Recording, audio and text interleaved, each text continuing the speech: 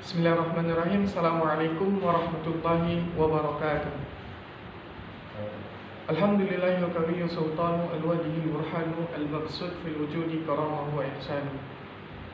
Allahumma salli wa sallim wa barik wa karim wa azim ala nuril anwar siril asrar wa triyakil akhyar wa miftahi babil yasar sayyidina wa maulana Muhammadin al-mukhtar wa alihi al-athhar wa ashabihi al-akhyar adada ni'amillahi wa afdalihi. وقال الله تعالى في كتابه الكريم أعوذ بالله من الشيطان الرجيم بسم الله الرحمن الرحيم الذين ينفقون في السراء والضراء والكاظمين الغيظ والعافين عن الناس والله يحب المحسنين. Sadaqallahul azim.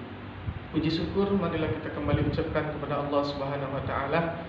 Berkat limpahan rahmat dan nikmat Allah, sampai hari ini kita masih diberikan kesempatan oleh Allah untuk merasakan indahnya nikmat dunia. Oleh karena itu, tiada kata yang patut terlontar dari mulut kita kecuali kata puji dan rasa syukur kita kepada Allah Subhanahu wa taala. Salawat dan salam buat junjungan kita yakni Nabiullah Muhammad sallallahu alaihi wasallam. Baiklah, pada video kali ini saya akan membawakan ceramah singkat untuk memenuhi tugas mata kuliah Fadlul Khatabah yang dibimbing oleh Ustadz Rahmat Satria Dinata. Pada video kali ini saya akan membahas ceramah singkat tentang materi 3 ciri manusia yang bertakwa kepada Allah Subhanahu wa taala. Hadirin jemaah yang dirahmati oleh Allah Subhanahu wa taala. Di dalam Islam Allah katakan di dalam Al-Qur'an bahwasanya ada 3 ciri manusia yang bertakwa kepada Allah Subhanahu wa taala.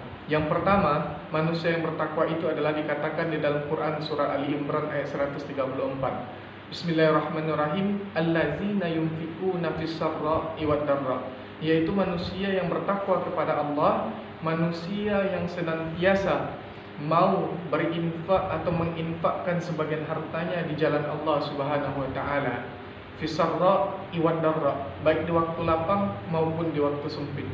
Jadi ada ciri manusia itu yang mau bertakwa kepada Allah, yaitu apabila ia diberikan rezeki oleh Allah Subhanahu wa taala, ia senantiasa menginfakkan walaupun tak banyak, sedikit pun ikhlas karena Allah, ia selalu menginfakkan harta tersebut di jalan Allah Subhanahu wa taala. Itu ciri manusia pertama yang bertakwa kepada Allah Subhanahu wa taala. Yang kedua, manusia yang bertakwa kepada Allah Subhanahu wa taala itu adalah dikatakan tadinya allazina yunfikuna fis sarra'i wad dharra, yang kedua adalah wal qaziminal ghaiza, yaitu manusia-manusia yang tidak mudah marah atau manusia yang senantiasa mengontrol kemarahannya, hawa nafsunya untuk tidak mudah marah terhadap apa yang ia tidak senangi. Yaitu manusia yang sampai ke level takwa itu adalah manusia yang tidak mudah marah atau mampu menahan amarahnya. Itu yang kedua. Yang ketiga, manusia itu yang bertakwa kepada Allah Subhanahu wa taala adalah wal afina 'anin nas, yaitu manusia yang senantiasa memaafkan kesalahan-kesalahan saudaranya. Kalau saudaranya berbuat salah kepada dia, jauh sebelum saudara itu minta maaf, terlebih dahulu dengan lapang hati dan lapang dada, dia memaafkan kesalahan-kesalahan saudaranya tersebut.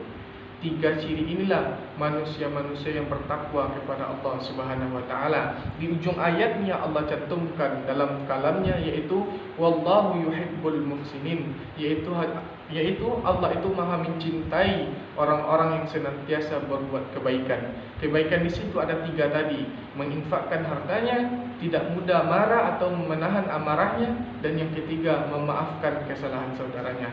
Inilah 3 ciri manusia yang bertakwa kepada Allah Subhanahu wa taala. Mungkin inilah ceramah singkat kita pada hari ini. Kalau ada jemaah yang mau bertanya, dipersilahkan.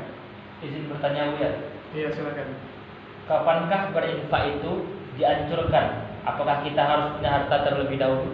Ya, baik.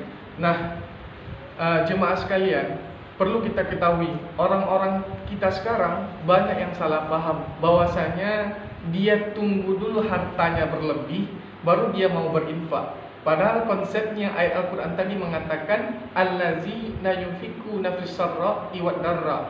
Orang yang bertakwa itu, kata Allah, yang mau menginfakkan hartanya baik di waktu lapang, fis sarra, maupun waktu sempit, wadarraq. Jadi di waktu sempit pun Allah menyuruh kita untuk berinfak. Intisari dari berinfak itu adalah walaupun nominalnya sedikit tapi ikhlas lillahi ta'ala. Tidak ada gunanya kita berinfak banyak tapi tidak ikhlas, hanya untuk riya, dipuji oleh sesama kita. Jadi intisarinya jangan tunggu berlebih dahulu baru berinfak. Walaupun sedikit berinfaklah.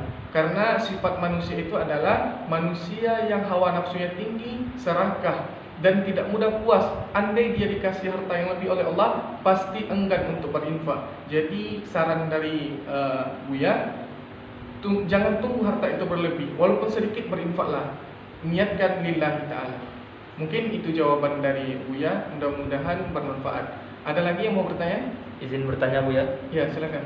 Bagaimana pandangan Buya tentang orang yang tidak mau memaafkan kesalahan saudaranya? Baik.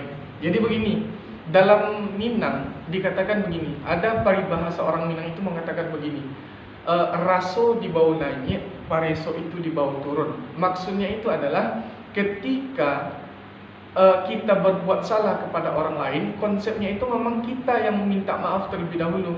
Karena untuk sesuai kata orang Minang tadi. Tapi konsep dalam Islam, ayat tadi kan mengatakan di ujungnya, wal afina 'anil nas, katanya orang yang mudah memaafkan kesalahan saudaranya. Di konsep dalam Islam itu adalah jauh kita itu lebih baik dari orang tersebut kalau kita itu duluan yang memaafkan kesalahan saudara kita itu.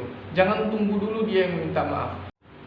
Baiklah, mungkin inilah ceramah singkat kita pada ceramah kali ini. Mudah-mudahan bermanfaat, terutama buat yang menyampaikan. Saya akhiri, billahi taufiq wal hidayah. Assalamualaikum warahmatullahi wabarakatuh.